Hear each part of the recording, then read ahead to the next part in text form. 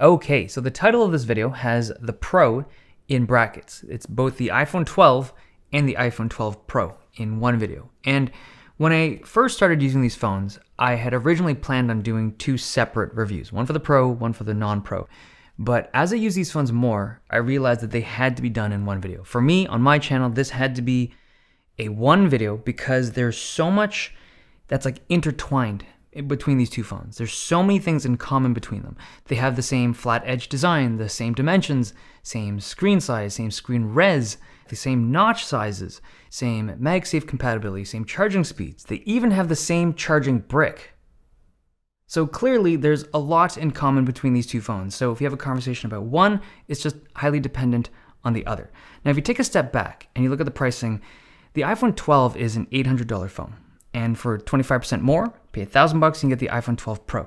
Now for Apple, this is a little strange to have phones that have a pretty different price point, but to have such a similar feature set. But here's the thing, I don't think this was the original plan. I think for Apple, the iPhone 12 Pro was supposed to be a more substantial step up from the iPhone 12. Like this was supposed to have a 120Hz display. We saw the rumors in the summer.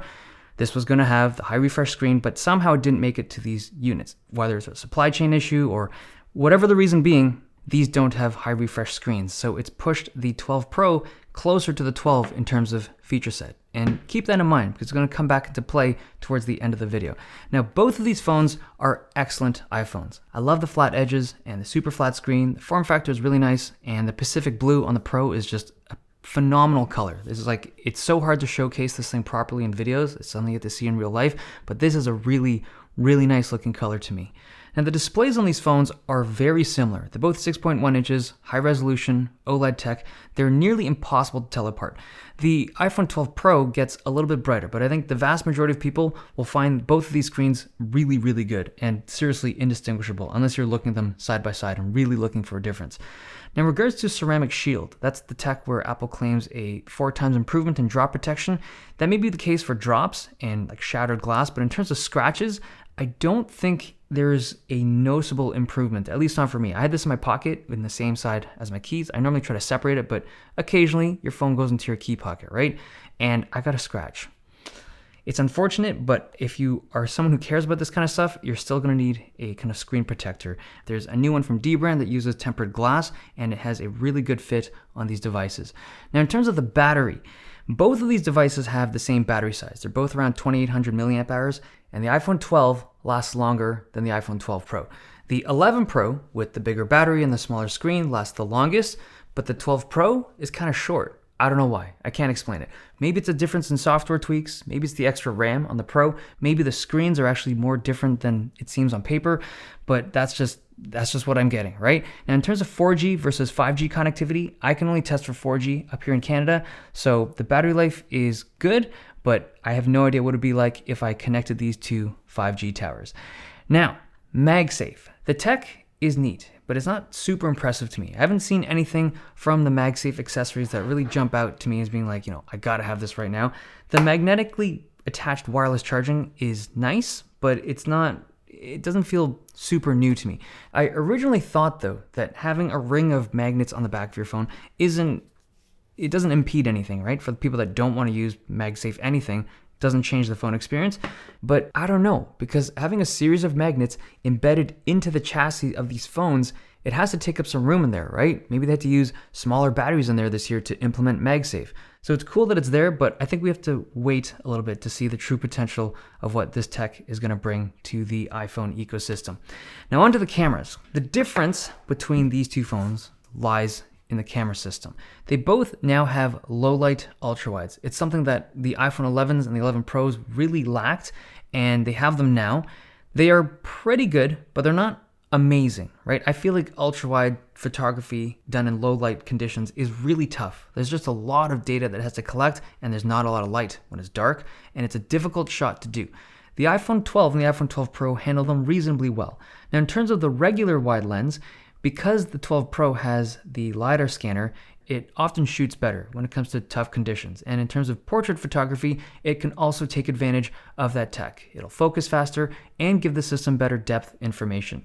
Now, in terms of the regular photos, I find that the 12 and the 12 Pro shoot better than last year's iPhones, particularly when it comes to shots with more dynamic range, as well as shots that are showing more detail. There's just more clarity in the shots taken from the iPhone 12s.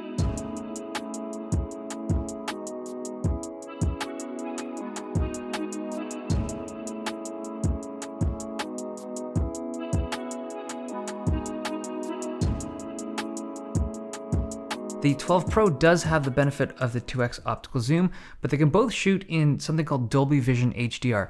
Now, because I use Adobe Premiere and it can't even handle this new kind of footage, I can't show it to you, at least not unless I use a completely different editing program. But this tech is seemingly quite good. So John from TLD, he shot a pretty cool HDR video with these phones that I'll link below, but it's tech that isn't easy to kind of visualize right now, because not a lot of phones can even support this type of visual experience, but the iPhone 12s can shoot, view, and edit it all on the device. Now, I want to talk about pricing. This is a very important part of the conversation. The iPhone 12 at $800 is an expensive phone, certainly not cheap, but it's a well-rounded phone this year. It's a strangely well-rounded phone, and I use the word strangely because it has such a similar feature set to the more expensive 12 Pro, the significantly more expensive 12 Pro. So the 12 gets an easy recommendation for me. If you've been eyeing it and you can afford it, it's a very solid phone. The 12 Pro, when I first saw this on day one, my kind of knee-jerk reaction is it's overpriced. It's too similar in feature set to the 12, but once you match the storage option, you're getting a better build quality, you're getting a more robust camera system, although battery life is slightly less.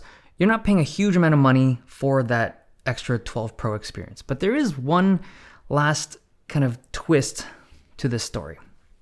At the beginning of the video, I talked about how this phone was likely going to be upgraded to a 120Hz panel next year, right?